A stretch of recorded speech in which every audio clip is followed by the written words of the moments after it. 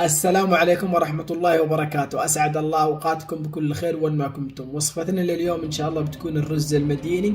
وصفة الرز المديني الغنية عن التعريف، وصفة سهلة جدا ولذيذة، وأنا بشرحها لكم بطريقة أسهل. الوصفة تنفع للكميات الكبيرة وتنفع للكميات البسيطة. شاهد الفيديو قبل ما تشاهد الفيديو فضلا وليس أمرا، تعليق حلو ومشاركة، وخلونا نبدأ. في وصفة اليوم بطبخ فخذة خروف كاملة، وممكن نسوي قطع عادي جدا وينفع. طبعا اللحم على حسب الكمية اللي تشو تسووها، ممكن تسوي بكمية كبيرة أو بتسووه بالقطع عادي جدا وينفع.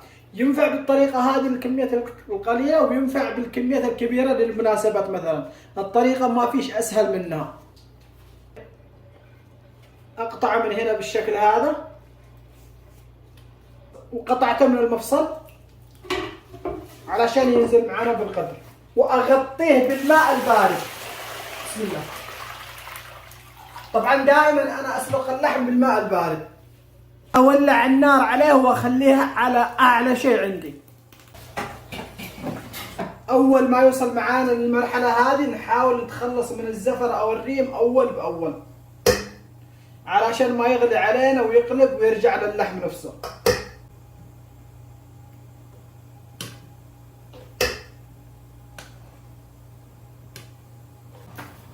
كل ما طلع معانا قليل نتخلص منه، هذا أهم خطوة سواء كانت الكمية قليلة أو كثيرة.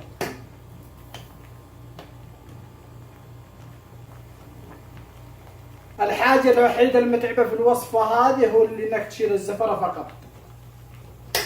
إذا تخلصت من الزفرة خلاص، اعتبار أنكم خلصتوا 80% من الوصفة. شوفوا ما شاء الله تبارك الله كيف صافي، هذا هو المطلوب. الآن بضيف له قليل مستكة، هيل، ملح. في ناس تضيف اللي هو جوزة الطيب، بس أنا بالنسبة لي بستغني عنه. أغطي عليه على نار متوسطة حتى يستوي معي تماما. طبعا في القدر العادي ياخذ معي من ساعة ونص إلى ساعتين إلا ربع. إذا كانت الكمية بسيطة ممكن نسويها في قدر الضغط، ما تاخذ معانا تقريبا 40-45 دقيقة ويكون جاهز.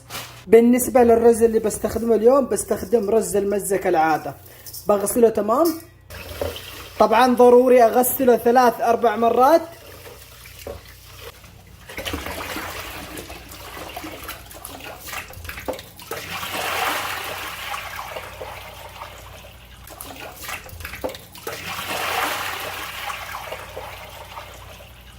بعد ما غسلته تمام وصفيته بنقعه بماء عادي أقل شيء لمدة ساعة. ملعقة سمن، لوز، نحمص اللوز قليل، صنوبر،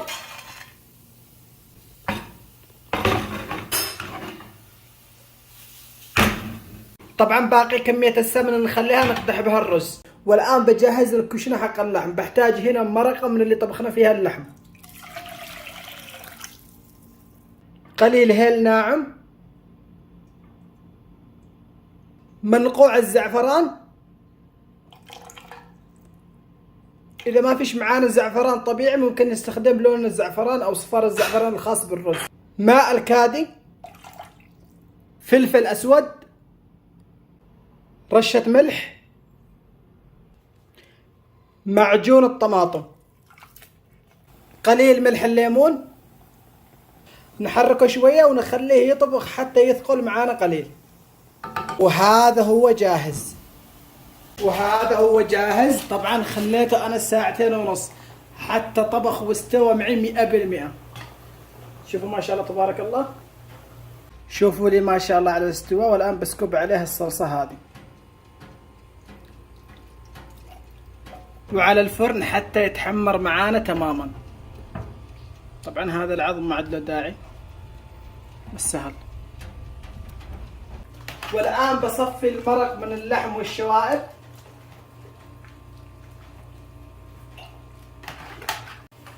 أضيف له ملعقتين سمن،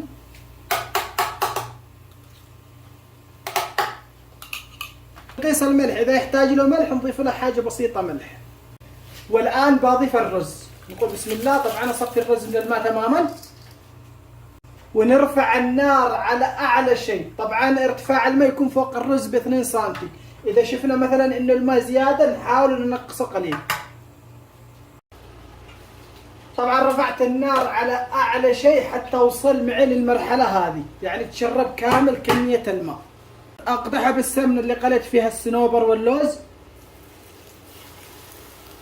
ماء الكادي، طبعا الماء الكادي مهم في الرز المديني. أضيف له باقة كمية منقوع الزعفران. والآن أهم خطوة للرز، نغطيه تمام ونكتمه ونخليه على نار هادئة جدا جدا، أقل شيء لمدة 40 دقيقة. وهذا الرز جاهز. شوفوا لي ما شاء الله تبارك الله. والآن بنسكب الرز. دائما إذا تشتروا حبات الرز تطلع معاكم مضبوطة وحبة طويلة وما يتكسر أو يتعجل وقت الغرف، تخلوه يرتاح 20 دقيقة 30 دقيقة. إذا كانت كمية كبيرة مثلا للمطاعم أو عزومة تخلوها ساعة عادي جدا، تطلع معاكم على كيفكم. شوفوا لي ما شاء الله تبارك الله.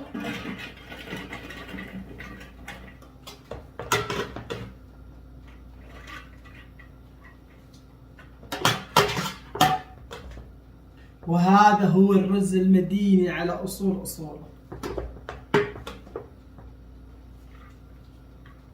شوفوا لي كيف. وهذا اللحم، شوفوا لي على التحميرة. الآن بحط اللحم فوق الرز.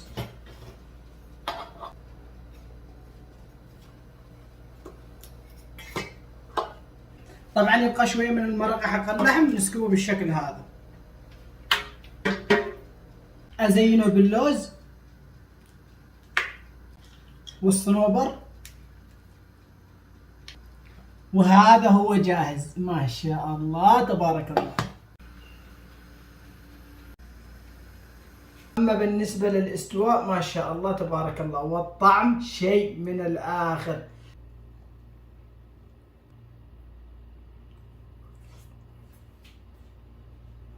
الرز خفيف وطعم الصلصة اللي فوق اللحم شيء خيالي. دائما إذا تشتوا تتميزوا في الطبخ وتشتوا تبهروا الجميع بطبخكم، تابعوني أول بأول بالاشتراك في القناة وتفعيل جرس التنبيهات. وإذا كنتم على الفيسبوك إعجاب ومتابعة للصفحة، وألقاكم في وصفة جديدة، وفي أمان الله.